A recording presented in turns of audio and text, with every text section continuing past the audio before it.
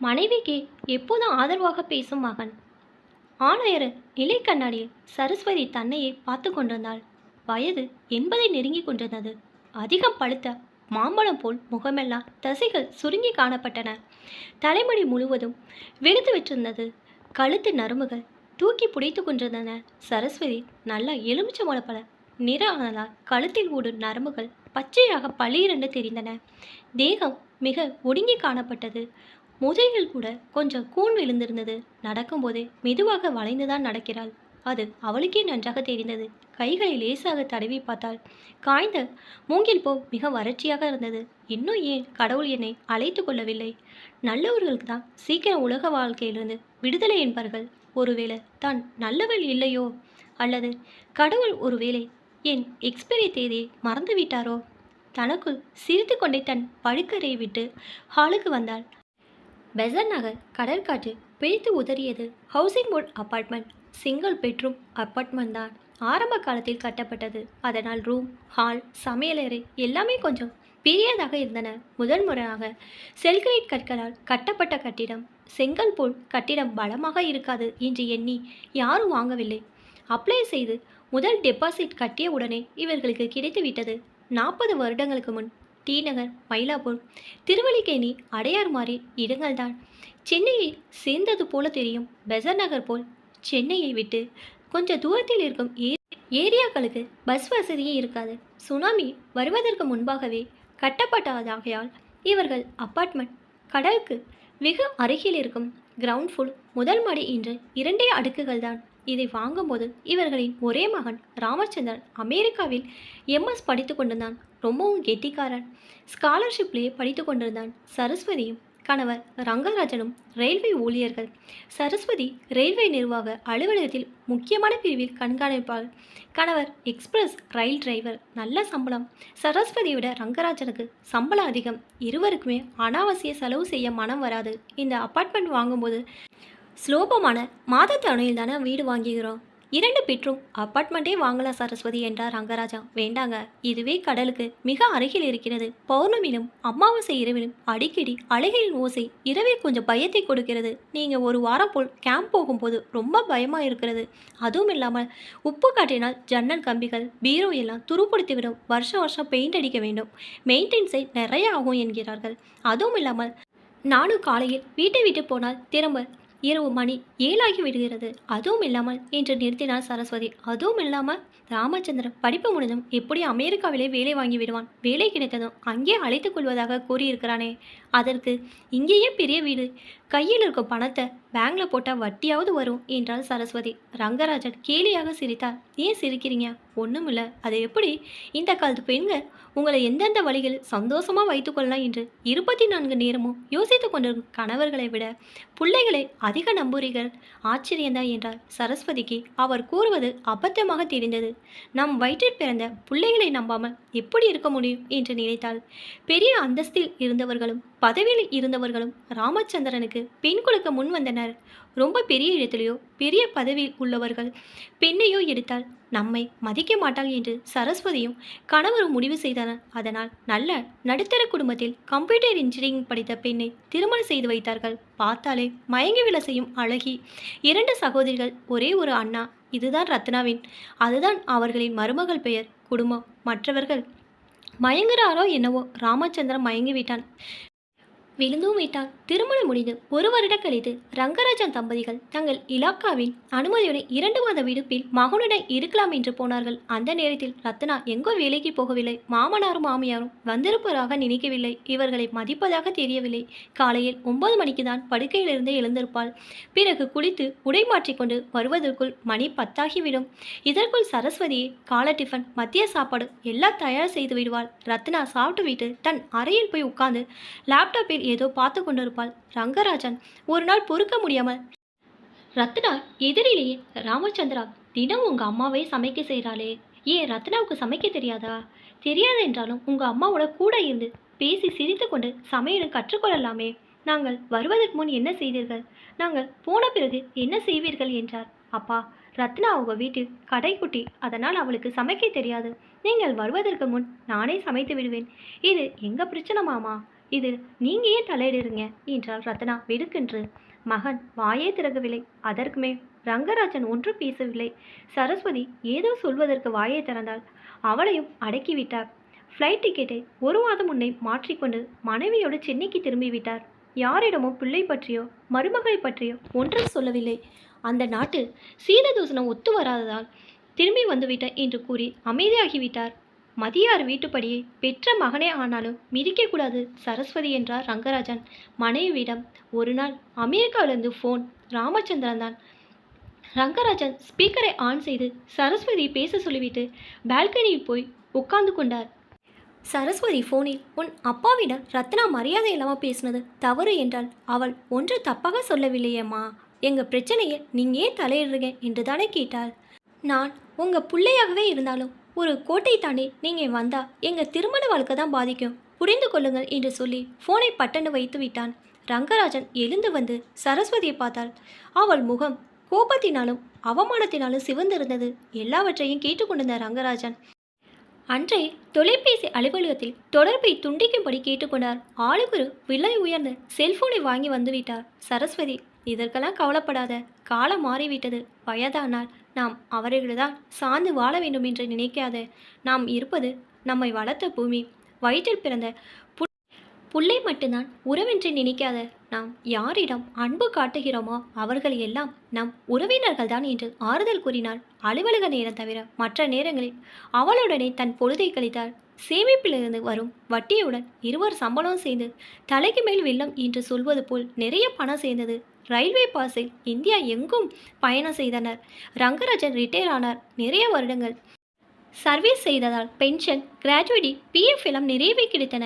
மொத்தத்தையும் வங்கியில் ஃபிக்ஸட் டெபாசிட்டில் வைத்தார். அவர் ரிட்டையர் ஆகி வீட்டில் தனியாக இருந்ததால் அவருக்கு மிகவும் தனிமையாக இருக்கும் என்பதால் சரஸ்வதியும் வாலண்டரி ரிட்டைர்மெண்ட் எடுத்துக்கொண்டார். வீட்டிற்கு மிக அருகில் அனாதை ஏழை குழந்தைகளுக்கான இல்லம் ஒன்று இருக்கிறது. முதலில் எப்போதாவது ஒரு முறை கணவன் மனைவி இருவரும் போவார்கள். பிறகு அடிக்கடி போக ஆரம்பித்தார்கள். அதை ஒரு ட்ரஸ்ட் நடத்துகிறது. உடல் உழைப்பாலும் பணத்தினாலும் இருவரும் அந்த இல்லத்திற்கு உதவி செய்து வந்தார்கள். ரங்கராஜன் ஒரு நாள் காலை எழுந்திருக்கும் போதே மிகவும் களைப்பாக இருந்தால் சரஸ்வதி அவரை தொட்டு பார்த்தாள். ஜுரம் இல்லை, ஆனால் நிறைய வேத்திருந்தது. ஜன்னல் கதவுகளை முழுவதுமாக திறந்துவிட்டு மின் விசிறியின் வேகத்தையும் அதிகப்படுத்தினாள். காஃபி கொண்டு வருகிறேன், சாப்பிடுங்க. பிறகு நான் டாக்டருக்கு ஃபோன் செய்து அப்பாயின்மெண்ட் வாங்குகிறேன் என்று சொல்லிவிட்டு சமையலருக்கு போய் காஃபி எடுத்து வந்து அவரிடம் கொடுக்க வந்தாள். கண்களை மூடி தூங்குவது போல் இருந்தாள். யாருக்கும் எந்த தொந்தரவும் கொடுக்காமல் எல்லாம் முடிந்துவிட்டது. அப்போதும் அந்த ஆசிரமத்தில் நிர்வாகிகளும் குழந்தைகளுடன் துணையாக நின்றனர். புள்ளையும் மருமகளும் தங்கள் ஒரே ஆண் குழந்தை ஸ்ரீதருடன் வந்தனர். ராமச்சந்திரன் மட்டும் தன் அம்மாவுடன் இருந்தான். மருமகள் அம்மா வீட்டிற்கு போய் 16ஆம் காரியத்துக்கு தான் வந்தாள். வீட்டில் இருந்த உறவினர்கள் சத்தமும் அழுகையும் குழந்தையை பயமுறுத்திவிடும் என்றான் ராமச்சந்திரன். சரஸ்வதி எதையும் கண்டுகொள்ளவில்லை. கேட்டா மட்டும் என்ன, எதுவும் மாறப்போவதில்லை, வீண் விரோததான் மிஞ்சும் என்று அமைதியாக இருந்தாள். அம்மா, நீ எங்களோடு வந்துவிடு. இங்கே யார் இருக்கிறார்கள்? நான் க்ரீன் கார்ட் பண்ணி விடுகிறேன். இந்த பெசன் நகர் சிங்கிள் பெட்ரூம் அப்பார்ட்மெண்ட்டை விற்றுவிடலாம். ரத்னாவுக்கு இந்த வீடே பிடிக்கவில்லை. ரிட்டையர்மெண்ட் பெனிஃபிட் அப்பாவுடையது. எல்லாத்தையும் போட்டு அமெரிக்காவில் வங்கி கடையில் 4 படுக்கை கொண்ட தனி வீடாக வாங்கிவிடலாம் என்றான். ஆனால் அந்த முறை அவன் எடுத்து வந்த 1 மாத விடுப்பில் அவனால் எதுவும் செய்ய முடியவில்லை. அப்பாவின் காரியங்களை முடித்துவிட்டு ராமச்சந்திரன், அம்மா, வீட்டு டாக்குமெண்ட், பாஸ் புத்தகம், உன் பாஸ்போர்ட் எல்லாம் என்னிடம் கொடுத்துவிடு, நான் பத்திரமாய் வைத்துக்கொள்கிறேன் என்றான். எல்லாம் லாக்கரில் இருக்கிறது, பாஸ்போர்ட் மட்டும்தான் வீட்டில் இருக்கிறது என்றாள் சரஸ்வதி. ஃப்ளைட்டுக்கு இன்னும் 2 நாள் தான் இருக்கு. நாம் வேணுமானால் டாக்ஸி வைத்துக்கொண்டு அவற்றை எடுத்து வந்து விடலாமா? ரத்னா கேட்டாள். எதற்கும் அவசரப்பட வேண்டாம், பாஸ்போர்ட் தான் கையில் இருக்கிறதே, அது போதும் என்றாள் சரஸ்வதி மெதுவாக. ஏன் எங்களை நம்பவில்லையா என்றாள் ரத்னா வெடுக்கென்று. ரத்னா, இந்த விஷயத்தில் தலையிடாத. என்னுடைய இந்த சோகமான நேரத்தில் ஏதாவது வீண் வார்த்தை வந்துவிடும் என்றாள் சரஸ்வதி. ரத்னாவோடு அவள் அம்மாவும் கிளம்பி வந்தாள். ராமச்சந்திரா, உன் மாமியார் வருவதாக சொல்லவே இல்லை என்றாள் சரஸ்வதி. ஒவ்வொன்றுமா அம்மா சொல்லிக்கொண்டே இருப்பார்கள். நீ புள்ள வீட்டுக்கு வருவது போல் அவர்கள் பின் வீட்டுக்கு வருகிறார்கள். இதில் என்ன இருக்கிறது என்றான். ரத்னா, ஒருத்தியே சமாளிக்க முடியாது. இப்போது இவள் அம்மா வேறு, குழந்தையை சரஸ்வதியிடம் விட்டுவிட்டு ரத்னாவும் அவள் அம்மாவும் காரை எடுத்துக்கொண்டு பர்ச்சேசிங் என்று காலை 10 மணிக்கு கிளம்பி விடுவார்கள். ஊரெல்லாம் சுற்றிவிட்டு சரஸ்வதி செய்து வைத்திருப்பதை சாப்பிட்டுவிட்டு சாப்பிட்ட தட்டை கூட எடுக்காமல் டேபிள் மேலேயே போட்டுவிட்டு மிகவும் களைப்பாக இருக்கிறேன் என்று போய் படுத்துக்கொள்வார்கள். டைனிங் டேபிளை பார்த்தால் மாட்டு தொழுவும் போல் கீழே இறைந்து மேலே கொட்டியிருக்கும். எல்லாருக்குமாக சமைக்கும் போது கூட கோபம் வராது. டைனிங் டேபிள் இருக்கும் அவளை நிலை பார்த்தாதான் மிக எரிச்சலாக இருக்கும். குழந்தை ஸ்ரீதரையும் நாள்புறாவும் இவள் கண்காணிப்பிலே விட்டுவிட்டு போய்விடுவதால் சரஸ்வதி மிகவும் களைத்து விட்டாள். பேர குழந்தைதான். சரஸ்வதிக்கும் அவன் மேல் மிகவும் பாசம் உண்டுதான். இருந்தாலும் அவளுக்கும் வயதாகிறது. அன்பு கூட காட்ட வேண்டாம். அக்கறை இல்லை என்றால் என்ன செய்வது? மதியாறு வாசலை பெற்ற மகனே ஆனாலும் மிதிக்கக்கூடாது என்ற கணவனின் சொல்லை மறந்து அங்கே வந்தது மிகப்பெரிய தவறு என உணர்ந்தாள். அன்று சனிக்கிழமை ராமச்சந்திரம் வீட்டிலிருந்தான். சரஸ்வதி வழக்கம் போல் காலை 6 மணிக்கு எழுந்து காஃபி சாப்பிட்டுவிட்டு குளித்து சமையலையும் முடித்துவிட்டாள். காலை மணி 10 இருந்தது. ராமச்சந்திரன் தான் எழுந்து வந்தான். மற்றவர்களுக்கு இன்னும் விடியவில்லை போல. வழக்கம் போல் பிள்ளைக்கு காஃபியை கொடுத்துவிட்டு தன் பாஸ்போர்ட்டையும் ஃப்ளைட் டிக்கெட்டையும் எடுத்துக்கொண்டு அவன் எதிரில் அமர்ந்தாள். என்னம்மா, கையில் பாஸ்போர்ட். நான் சென்னை போவதற்கு டிக்கெட் அட்வான்ஸ் செய்துவிடு. இதற்குள் ரத்னாவும் அவள் அம்மாவும் எழுந்து வந்தனர். நான் உங்களுக்கு கிரீன் கார்டு அப்ளை செய்ய போகிறேனேம்மா என்றான் ராமச்சந்திரன். அதெல்லாம் வேண்டாப்பா. இந்தியாவில் உள்ள பேன் கார்டும் ஆதார் கார்டுமே போதும். இதெல்லாம் எதற்கு? உங்களுக்கு திடீரென உடம்புக்கு ஏதாவது வந்தால் இங்கே என்றால் நல்ல மருத்துவமனை இருக்கிறது, நாங்கள் பார்த்துக்கொள்வோம் என்றாள் ரத்னா. சரஸ்வதிக்கு சிரிப்பு வந்தது. ஆனால் ஒன்றும் சொல்லவில்லை. நாங்கள் இந்தியாவிற்கு அடுத்த வருடம் தானே அம்மா போவோம். இப்போது நீங்கள் எப்படி தனியாக போவீர்கள்? வீல்சேர் அசிஸ்டன்ட் தான் இருக்கிறதே, அதை வைத்துக்கொண்டு நான் போய்விடுவேன். நான் சொன்னதை செய் என்றாள் எரிச்சலோடு சரஸ்வதி. நாங்கள் உங்களை எவ்வளோ அக்கறையோடு பார்த்துக்கொள்கிறோம். சென்னையில் நீங்கள் உடம்பு சரியில்லை என்று படுத்துக்கொண்டால் எங்களால் அடிக்கடி லீவு போட்டு ஃப்ளைட் சார்ஜ் செலவு செய்து கொண்டு வர முடியாது. ரத்னா, நீ வேலைக்கு போவதும் இல்லை, ஒன்றும் இல்லை. ஃப்ளைட் சார்ஜை பற்றி, விடுமுறை எடுப்பதை பற்றி பேசுகிறாள். எல்லாவற்றையும் ஏன் புள்ள பார்த்துக்கொள்வான். நீ கொஞ்சம் பேசாமல் இரு என்றாள் சரஸ்வதி. அம்மா, அவள் என் மனைவி. எனக்குள்ள கஷ்டங்களை தானே அவள் சொல்கிறா. நீங்கள் இப்படி பேசுவது அவளை அவமானப்படுத்தும் போதாகும் என்றான் ராமச்சந்திரன் கடுமையாக. ஏண்டா, ஒவ்வொன்றுக்கும் அவள் ஏதாவது ஏடாகுடமாக பேசிக்கொண்டே இருக்கிறா. அவளை கேட்பதை விட்டுட்டு என்னிடம் வாக்குவாதம் செய்கிறாயே என்றாள் சரஸ்வதி. நீ உன் வழக்கப்படி லிமிட்டை தாண்டுதாமா பேசுகிறாய். நீ எனக்கு மதிப்பு கொடுப்பது போல் அவளுக்கும் மதிப்பு கொடுக்க வேண்டும்.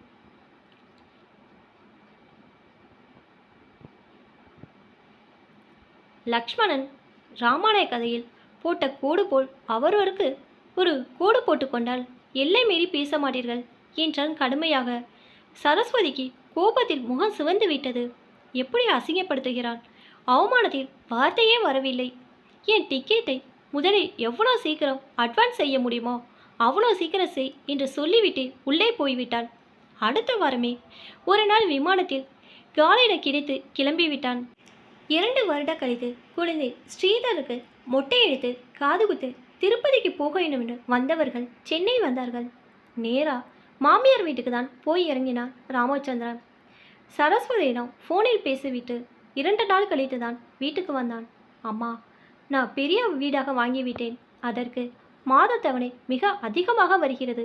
எனக்கு ரொம்ப பண நெருக்கடி.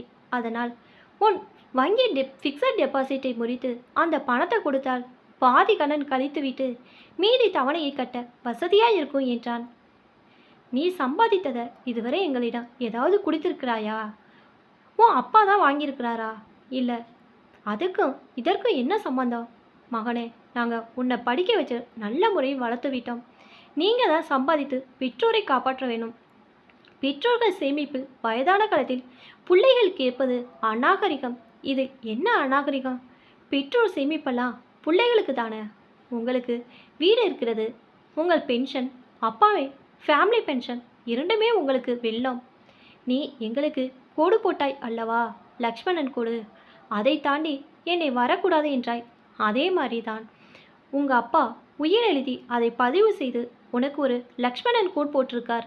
வங்கியில் டெபாசிட் பணம் எனக்கு ஏதாவது உடம்பு சரியில்லை என்றால் அதற்கு மட்டும் உபயோகிக்கலாம். ஆனால் மீதி உள்ள மொத்த பணமும் பக்கத்தில் உள்ள ஏழை அனாதை குழந்தைகள் ஆசிரமத்துக்கு தான் என்று. இந்த சிங்கிள் பெட்ரூம் அப்பார்ட்மெண்ட் தான் என் காலத்திற்கு பிறகு உனக்கு என்று வெகு அழுத்தமாக கோடு போட்டிருக்கிறார். போதுமா? அன்று போன வந்தால் அதற்கு பிறகு வரவில்லை. எப்போதாவது ஒரு நாள் ஃபோன் செய்வான். பணம் கொடுத்திருந்தால் வந்திருப்பானோ? அதுவும் சந்தேகம்தான். ரத்னா போடும் கோட்டை தாண்டி வர வேண்டுமே. ஆசிரமத்து நிர்வாகிகளும் குழந்தைகள்தான் உதவி சந்தோஷம் எல்லாம். பெற்றோர்களால் தூக்கி வீசப்பட்ட ஆசிரமத்து குழந்தைகள் கொடுத்த சந்தோஷத்தை ஊன உறக்கம் பாராமல் வளர்த்த தன் பிள்ளையால் கொடுக்க முடியவில்லையே. சரஸ்வதி தனக்குள் சிரித்து கொண்டாள்.